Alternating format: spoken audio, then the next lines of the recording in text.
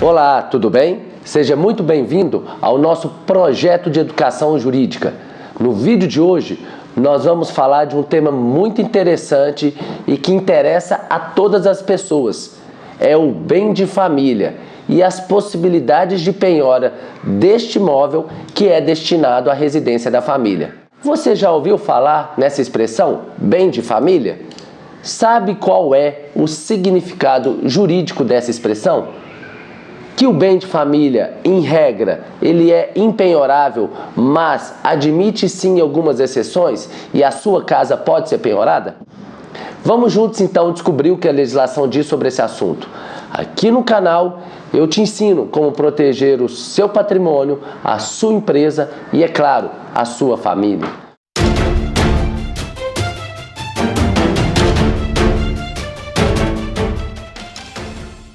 Bom, primeiramente, eu gostaria de esclarecer para você qual é o sentido jurídico da expressão bem de família, para que você possa ficar mais informado, mais familiarizado com esse termo que tem um quinhão, um quê de juridiquês. Bom, para a nossa legislação, o chamado bem de família é o bem, é o imóvel utilizado pela família com a finalidade de residência. É o local, então, onde mora um conjunto de pessoas reunidas com a vontade, com a intenção de constituir uma entidade familiar.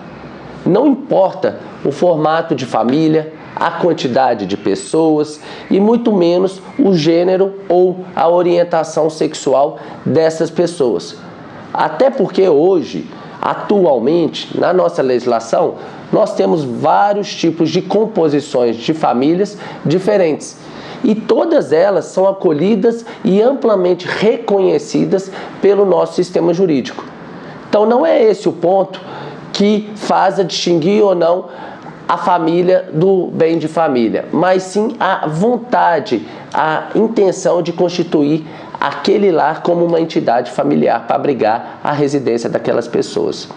Então, diante disso, são dois pontos específicos que são importantes para a legislação. Primeiro, o caráter residencial, a vontade de constituir ali a residência e domicílio da família.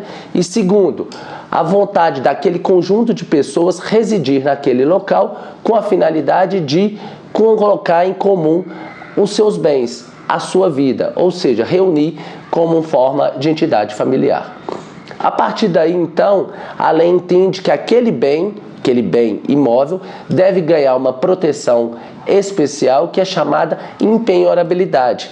E essa impenhorabilidade vem do direito à moradia e do direito a ter uma vida digna, né? A ter um teto para morar e com isso ter respeitado o princípio da dignidade da pessoa humana. Com essa proteção especial chamada impenhorabilidade, isso significa dizer que aquele imóvel, então, não poderá ser penhorado por qualquer motivo.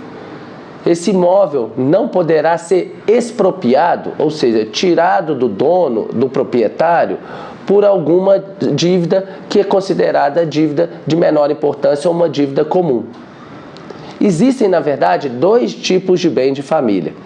A primeira espécie, que é criada pela Lei Federal 8.009 de 1990, que é chamado bem de família legal ou bem de família obrigatório. E ele se configura naturalmente pelo simples fato da entidade familiar, daquele conjunto de pessoas, residir naquele imóvel com a finalidade de moradia.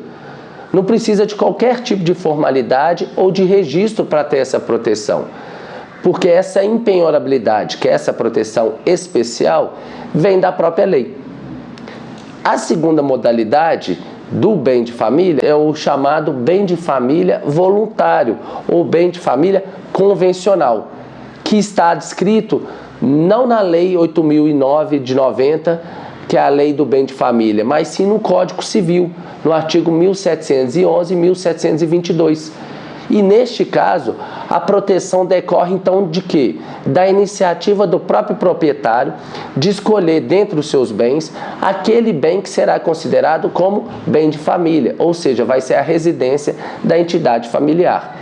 e deve ser registrado então esse bem com essa finalidade através de escritura pública, como destinado ao bem de família, para que ele possa então gozar, usufruir daquela proteção legal que eu falei antes, chamada empenhorabilidade. Mas é preciso ficar atento. A lei e o próprio STJ, que é o Superior Tribunal de Justiça, já reconheceu que a empenhorabilidade, essa proteção legal ou convencional do bem de família, ela não é absoluta.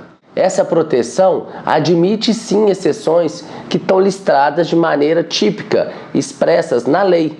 E são 6 exceções que eu gostaria de trazer aqui para você que você possa ficar atento. Primeira hipótese de penhorabilidade e de exceção, quando o crédito é decorrente do financiamento destinado à construção do edifício, ou da casa, ou do terreno, e aquisição do próprio imóvel. Segunda exceção, quando a dívida é oriunda de credor de pensão alimentícia.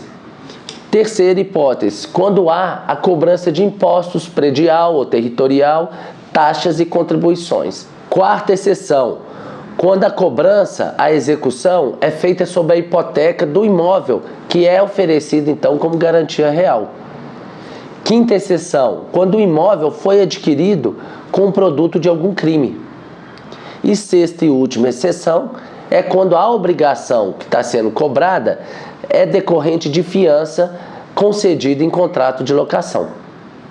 Inclusive, nós já tivemos vários julgamentos do STJ, que eu gostaria aqui de ressaltar 2, que é o recurso especial 1221372 e o recurso especial 1976743, em que foi tratada especificamente aquela primeira hipótese, que é a exceção legal oriunda de crédito decorrente do financiamento destinado à construção ou financiamento destinado à aquisição do imóvel.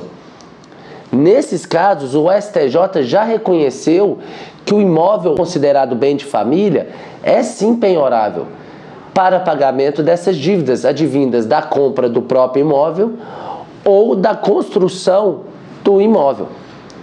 O conceito ali descrito de financiamento da lei dispõe e abrange todo tipo de aquisição para o próprio bem, seja a aquisição da casa, do apartamento, do terreno, por meio de um agente imobiliário ou um agente de financiamento imobiliário, ou também quando a dívida é contraída para a construção da edificação que é feita dentro do imóvel.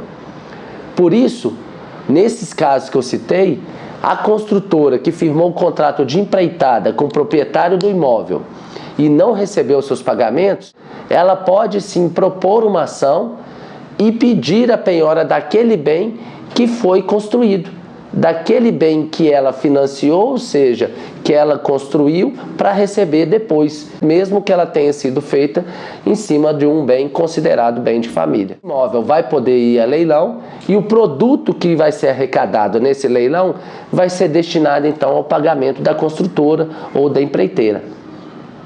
Portanto, meus amigos, fiquem atentos e não demore com o seu bem, com a sua casa, com o seu apartamento, com o seu terreno que é considerado bem de família. Fique atento às exceções da lei. Tudo bem? Alguma dúvida? Então deixe seu like aqui no vídeo, compartilhe também esse vídeo com os amigos e ajude o canal a chegar a mais pessoas ficarem bem informadas. E nos siga nas redes sociais. Um abraço, tchau, obrigado.